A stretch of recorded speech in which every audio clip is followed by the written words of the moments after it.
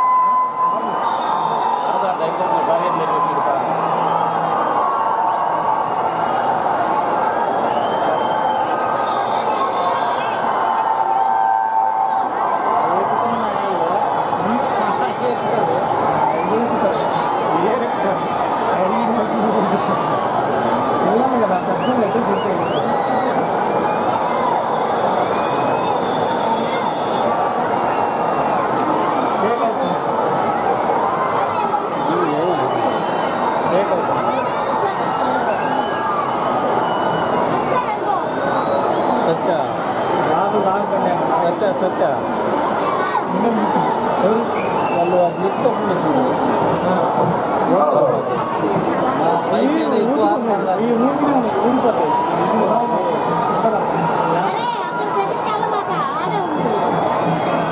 నిలబడేయా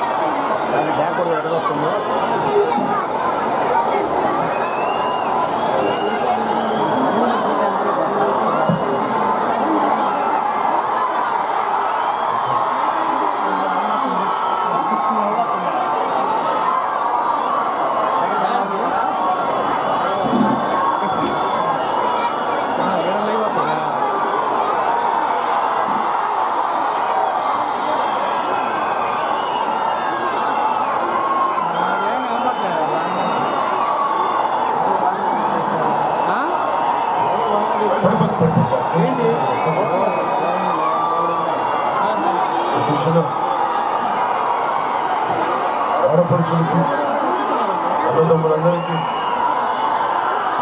పెద్దలకి పిల్లలకి ఆ ముందు మనిషి ఈ మూల దాకా దాకా ప్రతి ఒక్కరికి నమస్కారం.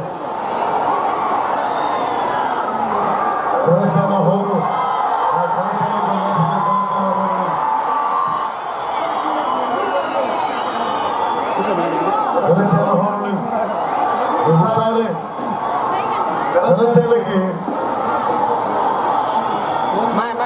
వాటిని గట్టిగా అనుకోమాకండి, ఇవి పడతాయి. చాలా జాగ్రత్తగా ఉండండి. 30 సంవత్సరాలు ఆడేసినాయి.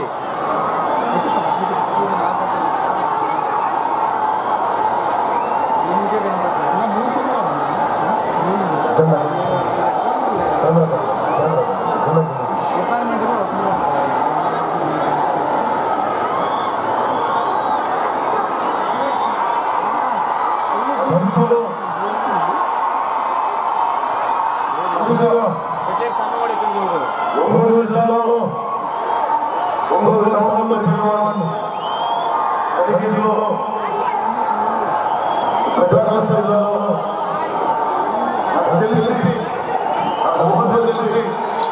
తెలిసి మొదటి ఊరు ప్రకాశం జిల్లాలో ప్రభుత్వ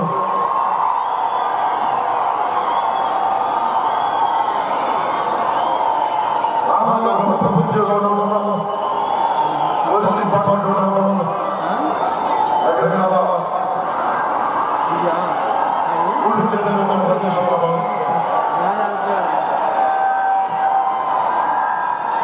డిపార్ట్మెంట్ సౌండ్ చెక్ మూలలో ఉన్న మా ఆడపడుచులందరికీ నాన్నపైన అమ్మ మీకే ప్రతి ఒక్కరికి దూరం నుంచి ఎంత కనిపిస్తున్నారో లేదో తెలియట్లేదు. అందరికీ హృదయపూర్వక ధన్యవాదాలు. రోజున జనసేన రావడానికి ఎవరైతే అనుభవం చెందిన రాజకీయ పార్టీలు, దశాబ్దాలకు చెందిన రాజకీయ పార్టీలు ఎవరూ ధైర్యంగా ముందుకు రాలేని పరిస్థితుల్ని, ఎవరెత్తలేని సమస్యల్ని ఈ రోజున జనసేన మీ ముందుకు తీసుకొస్తా ఉంది.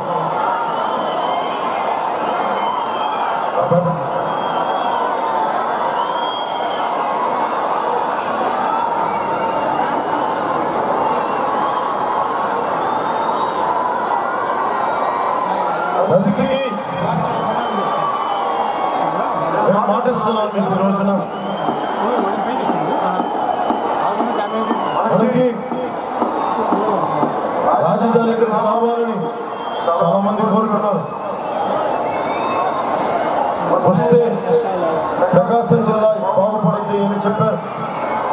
రోజున ప్రకాశం జిల్లా పరిస్థితి 35 లక్షల జనాభా ఉంటే 30 లక్షల పై జనాభా 8 లక్షలు ఉపాధి అవకాశాల కోసం కలిసిపోతా ఉన్నారు. జనసేన నుంచి నేను కోరుకుంటుంది, నేను మీకు హామీ ఇస్తుంది, వలసలు ఆపే ఖచ్చితమైన ప్రణాళికలు చేసి పెడతాను మీ అందరికీ. ఇది జనసేన రాగానే యువత కోసం 3 లక్షల ప్రభుత్వ ఉద్యోగాలు భర్తీ చేసే బాధ్యత 6 నెలల్లోపు జనసేన ప్రభుత్వం తీసుకుంటుంది. తోలకుండా ఇండస్ట్రియల్ కారిడార్ అని చెప్పారు, పరిశ్రమలు వస్తాయని చెప్పారు. సమస్య ప్రభుత్వాలు పార్టీలు ఎక్కడుందంటే పరిశ్రమ రావాలి అంటే వైసీపీ కానీ తెలుగుదేశం కానీ మాకు ఎంత భాగస్వామ్యం ఇస్తారని చెప్పి పారిశ్రామికవేత్తలు అనగానే పారిశ్రామికవేత్తలకు వచ్చే పరిస్థితులు లేవు. ప్రభుత్వాలు నడపాల్సిన ప్రభుత్వాధినేతలు, ప్రజాప్రతినిధులు మాకు కంపెనీలో భాగస్వామ్యం అనగానే పారిశ్రామికవేత్తలు పారిపోతారు. జనసేన ప్రభుత్వం నుంచి ఎలాంటి ప్రభుత్వం తీసుకొస్తారంటే నీతి నిజాయితీలతో కూడిన ప్రభుత్వాన్ని బలంగా తీసుకొస్తాం. మీదికి జగన్మోహన్ రెడ్డి గారు కానీ ఉదాహరణకి 40 కోట్లు ఖర్చు పెట్టి దర్శి రైల్వే ట్రాఫిక్ ఇన్స్టిట్యూట్ అని చెప్పి 40 కోట్లు ఖర్చు పెడతాం, 2016లో పెడతామని చెప్పి తీసుకొచ్చారు, మాట్లాడారు. ఒక ప్రతిపక్ష నాయకుడిగా జగన్మోహన్ రెడ్డి గారు చాలా బలంగా ఫైల్ అయ్యారు. అసెంబ్లీ వెళ్ళని వ్యక్తి రేపు పొద్దున ముఖ్యమంత్రి ఎలా ఓడని ఒకసారి ఆలోచించండి.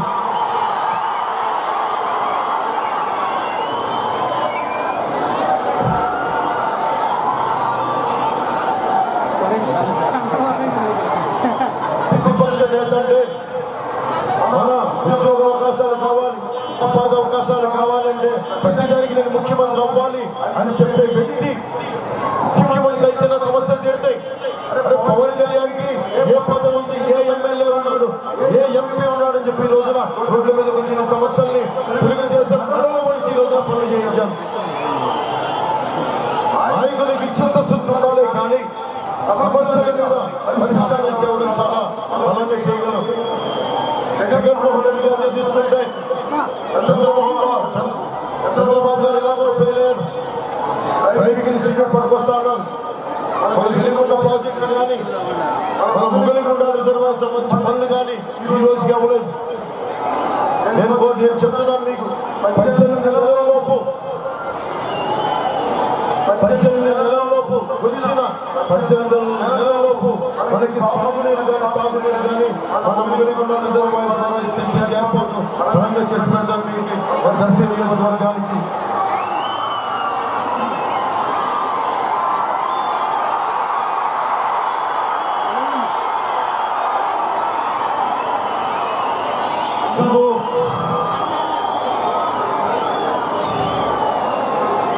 నేను శ్రీకాకుళం వెళ్ళి ఉద్దానం కిడ్నీ వ్యాధి వచ్చే వరకు, అది మాట్లాడే వరకు నాకు తెలియలేదు. మనకి ప్రకాశం జిల్లాలో మన దర్శిలో కూడా క్రానిక్ కిడ్నీ డిసీజ్ ఉందని నా దృష్టికి రాలేదు. చాలా బాధ కలిగింది నాకు. డయాలసిస్ సెంటర్ లేవు. నేను కోరుకుంటున్నది జబ్బులు వచ్చాలి, జబ్బులు రావాలి, డయాలసిస్ సెంటర్ పెట్టాలని కోరుకోవట్లేదు. నేను కోరుకుంటున్నది అసలు కిడ్నీ వ్యాధి లేని దర్శిని నేను చూడాలనుకుంటున్నాను. కిడ్నీ వ్యాధులు డయాలసిస్ సెంటర్లో అవసరం లేని దర్శిని ప్రకాశం జిల్లాలో చూడాలనుకుంటున్నాను. కానీ ఈ లోపు అది సంపూర్ణంగా నిర్మూలించే లోపు వచ్చిన నెల రోజుల లోపు, ప్రభుత్వం వచ్చిన నెల రోజుల లోపు మీరు చెప్పండి ఎన్ని డయాలసిస్ సెంటర్లు కావాలి ప్రకాశం జిల్లాకి, మన దర్శి గెలిచి ఎన్ని కావాలి చెప్పండి. అంటే పిలిచే బాధ్యత నేనే తీసుకున్నాను.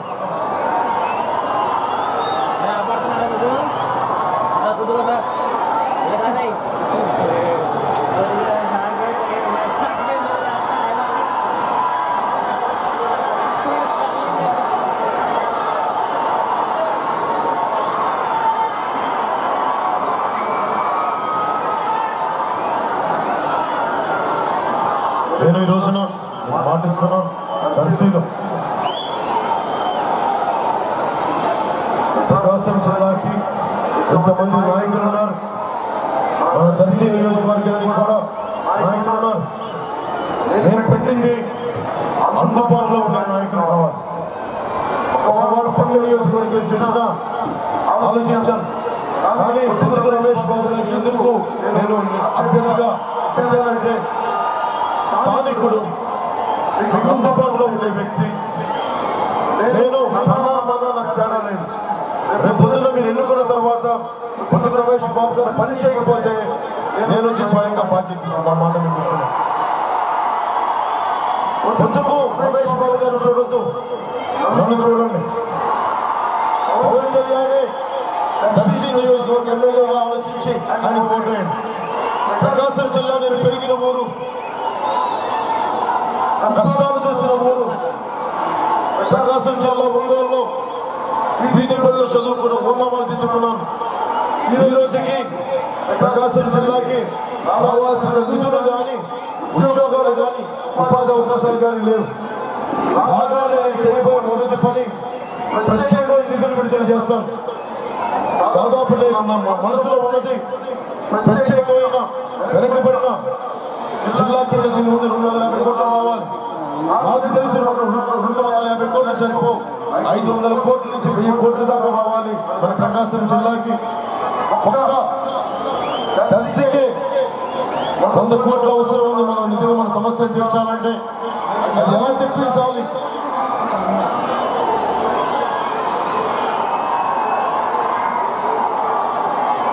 ఎలా తెప్పించాలి? ఇవన్నీ నాకు ప్రత్యేకమైన ఆలోచనలు ఉన్నాయి. నేను చాలా అనుభవం పక్కన పెట్టుకున్నాను.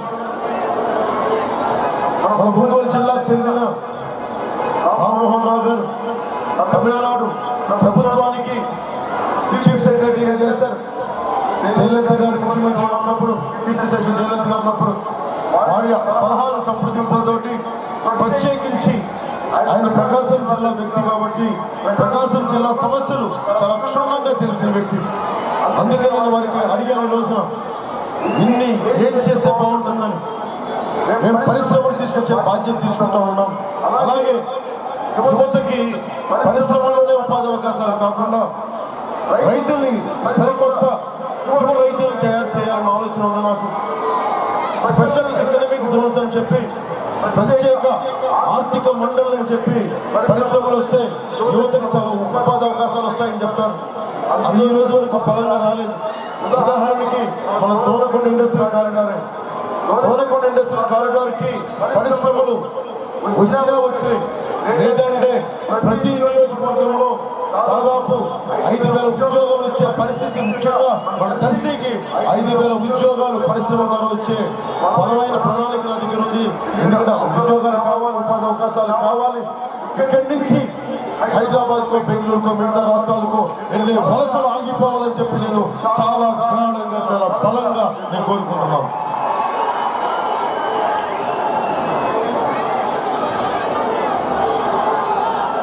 డిగ్రీ కాలేజ్ లేదా మనకి? గవర్నమెంట్ డిగ్రీ కాలేజ్ లేదా?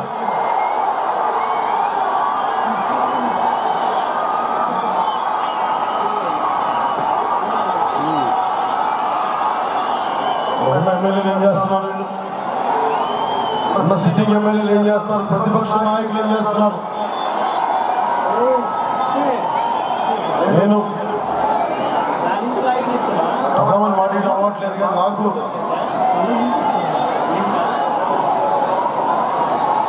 కాలేజ్ నేను మేనిఫెస్టోలో పెట్టుకుంది ప్రతి మండలానికి ఒక కాలేజ్ ఉండాలి. అంతేగాని ప్రతి నియోజకవర్గానికి ఒక కాలేజ్ కాదు, గవర్నమెంట్ కాలేజ్. ప్రతి మండలానికి ఒక గవర్నమెంట్ కాలేజ్ ఉండాలి. మనకి దర్శిలో ఎన్ని మండలాలు ఉన్నాయో అన్ని మండలానికి ముందుగా వచ్చిన సంవత్సరంలోపు నేను మీకు government college running government college తీసుకొచ్చే బాధ్యత తీసుకుంటాను.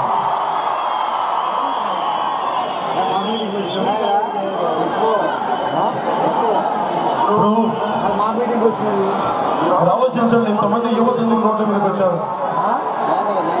ఇంతమంది యువత రోడ్ల మీదకి ఎందుకు వచ్చారు? పవన్ కళ్యాణ్ చూస్తున్నారా ఎందుకు వచ్చారంటే ఉన్న ఎమ్మెల్యేలు ఉదాహరణకి సీతారాఘవ గారి పేరు నా ఉద్దేశంలో 30-40 40-50 అంటారండి. 30-40 అంటారండి. అంటే 40-50 కోట్లు ఖర్చు పెట్టి అత్యధికంగా ఒకవైపు ప్రకాశం జిల్లాలో దర్శి నుంచి వలస వెళ్ళిపోతా ఉంటే ఒక ఎమ్మెల్యే స్థితికి ఎక్కడ ఖర్చు పెట్టాల దాదాపు 40-50 కోట్ల పైన ఖర్చు పెట్టారు. ఒక దర్శి ఒక 100 కోట్లు, 50 కోట్లు కాదు, 60 కాదు, 70 కాదు, 100 కోట్లు ఖర్చు పెట్టారు సీతారాఘవ గారు. 100 కోట్లు 10 కోట్లు ఖర్చు పెడితే మన గవర్నమెంట్ కాలేజ్ వచ్చేస్తాం. నేను కోరుకుంటుంది ఇలాంటి డబ్బు పెట్టుబడులు పెట్టే ఎమ్మెల్యేలు మనకు వస్తే మనకి ఏం న్యాయం చేస్తారు? మీరు చూసారు, మీరు న్యాయం చేశారా? 100 కోట్లు పెట్టుబడులు పెట్టారు, 100 కోట్లు పెద్ద చల్లారు. ఓకేనా? ఓకే, చూసారు.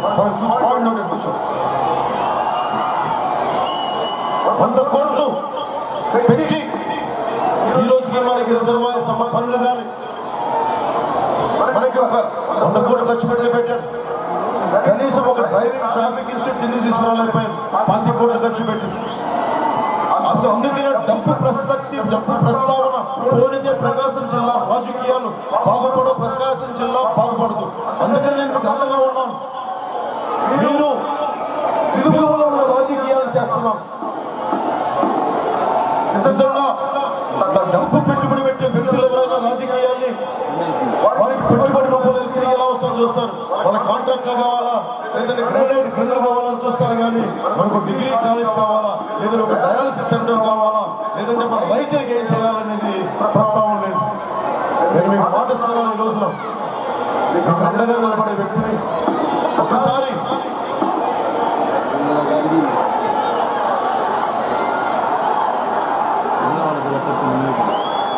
నేను ఇజ్రాయిల్కి వెళ్ళాను.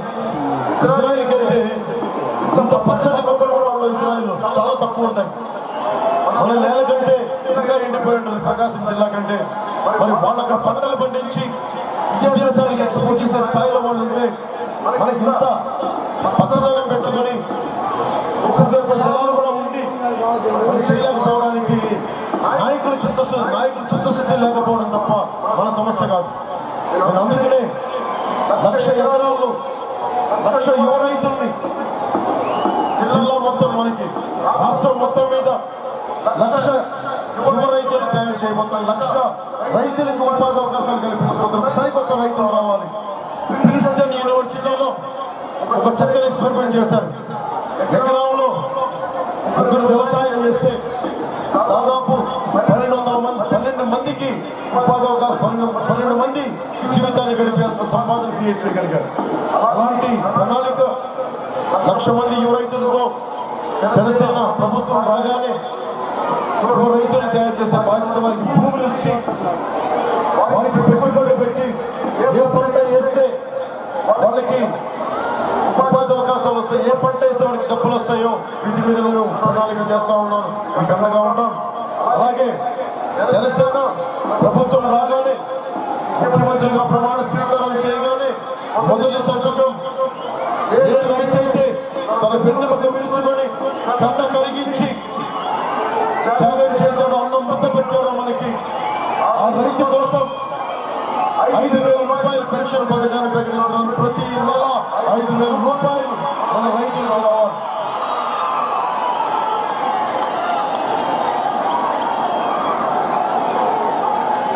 అలాగే ప్రతి సంవత్సరానికి ఎకరాకి 8,000 రూపాయలు తాగు అవసరాల నిమిత్తం మన 8,000 రూపాయల సహాయం ప్రతి రైతుకి అందజేయబడుతుంది. అలాగే ఆడపడుచులు ఉన్నారు. ఆడపడుచులకి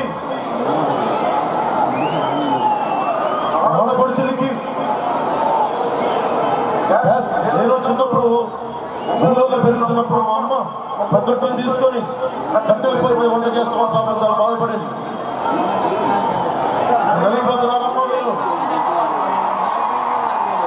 మీకోసం పెట్టారు, ఇది జెండా పక్కన పెట్టి మీకోసం పెట్టారు, మీకోసం ఉచిత గ్యాస్ సిలిండర్ పెడుతున్నారమ్మా. మీరు గ్యాస్ సిలిండర్ ఉన్నది 6 నుంచి 10 గ్యాస్ సిలిండర్లు సంవత్సరానికి ప్రతి కుటుంబానికి 10 గ్యాస్ సిలిండర్ నుంచి మీరు ఎక్కువ మంది ఉంటే 10, తక్కువ మంది ఉంటే 6 తక్కువ మంది కుటుంబ సభ్యులు ఉంటే 6 మీకు ఉచిత గ్యాస్ సిలిండర్. మీకు కావాల్సిందా గ్యాస్ ఏజెన్సీ దగ్గరికి వెళ్ళి ఉచిత గ్యాస్ ఆఫ్ చేస్తామని ఒక అప్లికేషన్ పెట్టండి.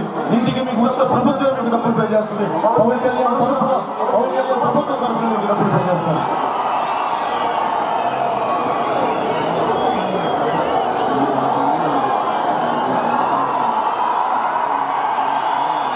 అలాగే రేషన్ తినడానికి పనికిరాని బియ్యం, వాడడానికి పనికిలేని పామాయిల్ కాకుండా మీరు ఏ తినాలో, ఏ బియ్యం కొనుక్కోవాలో, ఏ నూనె కొనుక్కోవాలో అది మీకన్నా అది ఎవరో ప్రభుత్వం చెప్పడం పనేందుకు. డైరెక్ట్గా మీ అకౌంట్స్కి, ఆడపడుచుల అకౌంట్స్కి 2,500 రూపాయల నుంచి 3,500 రూపాయలు మీ అకౌంట్స్లో డైరెక్ట్గా నేను మా ఆడపడుచుల అకౌంట్లో వేసి పెడతాను. అలాగే యువతకి చెప్తున్నాను, ఈరోజు చంద్రబాబు గారు నిరుద్యోగ భృతి ఇస్తా ఉన్నాం. నిరుద్యోగ భృతి ఎలా వస్తుంది? ప్రతిసారి ఉద్యోగాల కోసం అప్లికేషన్ చేస్తే 5,000 కట్టాలి. ఏమీ లేని విద్యార్థి వెనకబడిన వర్గాలు 250 రూపాయలు కట్టాలి. వాళ్ళ దగ్గర డబ్బులు తీసి ఉద్యోగాలు వస్తాయి, ఎగ్జామ్స్ పెడతామని చెప్పి ఎగ్జామ్స్ పెట్టకుండా, పెట్టిన ఉద్యోగాలు ఇవ్వకుండా ప్రతిసారి నిరుద్యోగుల నుంచి డబ్బులు వసూలు చేసి మరి నిరుద్యోగులకి నిరుద్యోగ భృతిగా ఇస్తా ఉన్నారు. నేను మీకు పాటిస్తున్నాను, ప్రతి నిరుద్యోగి ఉద్యోగం రావాలి అంటే ఒకేసారి ఫీజు కట్టండి. ఒకటేసారి సంవత్సరానికి ఒకసారి కట్టండి. అన్ని ఎగ్జామ్స్ కి కలిపి ఒక్కసారి కట్టండి. 10 సార్లు కట్టగలదు. 10 సార్లు కట్టే పద్ధతిని తీసేస్తున్నారు జనసేన ప్రభుత్వం గారు. ఇటు చూసినా 10,000 యువత ఉన్నారు. ఆవేశం ఉంది. బైకుల్లో ముందు తిరిగే యువత ఉన్నారు. మీ శక్తి సామర్థ్యాన్ని వాడుకునే ప్రసక్తి లేదు. ప్రభుత్వం మీకోసం నేను 25,000 స్పెషల్ పోలీస్ కమాండో పోస్టుల్ని తయారు చేస్తాను. ముఖ్యమంత్రి గారి లాగా పోస్ట్ గ్రాడ్యుయేషన్ చదవకర్లా, జగన్మోహన్ రెడ్డి గారి లాగా అవే డిగ్రీలు చేయకర్లా, పవన్ కళ్యాణ్ 10th క్లాస్ చదవండి, నేను మీకు స్పెషల్ పోలీస్ కమాండో ట్రైనింగ్ ఇస్తాను.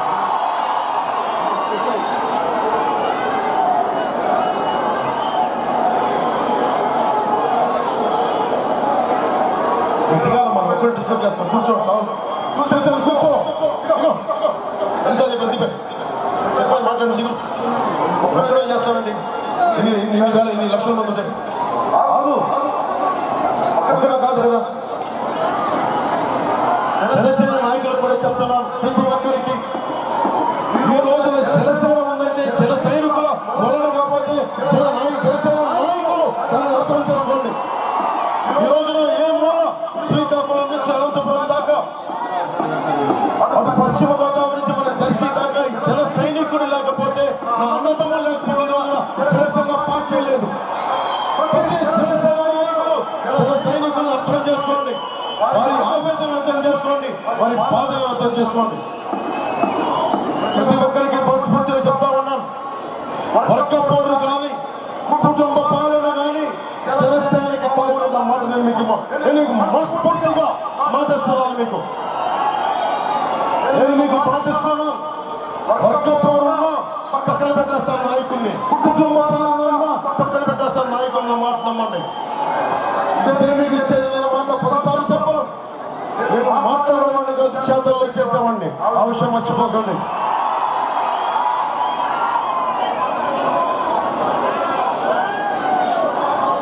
మా నాన్న ముఖ్యంగా ఇక్కడ పోలీస్ వ్యవస్థ ఉన్నది. ఒంగోలులో మా నాన్న పోలీస్ కానిస్టేబుల్, మా నాన్న పెట్టి ఆఫీసర్గా పనిచేసినప్పుడు తెలుసు.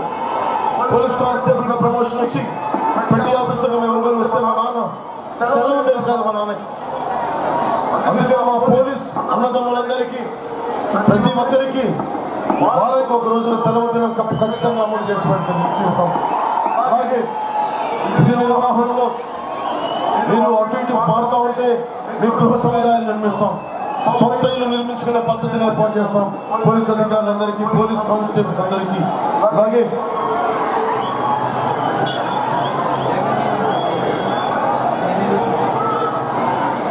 మీకు బొత్తుకు రమేష్ బాబు గారిని పరిచయం చేస్తున్నాను, మన కోసం తిరిగిన వ్యక్తి.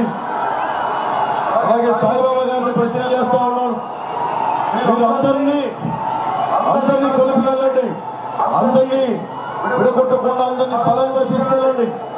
జనసేనని నన్ను చూడండి, 10 మందికి నచ్చే అభ్యర్థి కాదు, 10,000 మందికి నచ్చే అభ్యర్థి.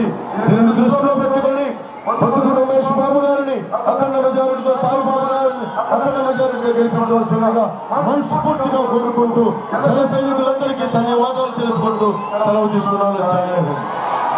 భారత్ మాతా కీ జై హింద్.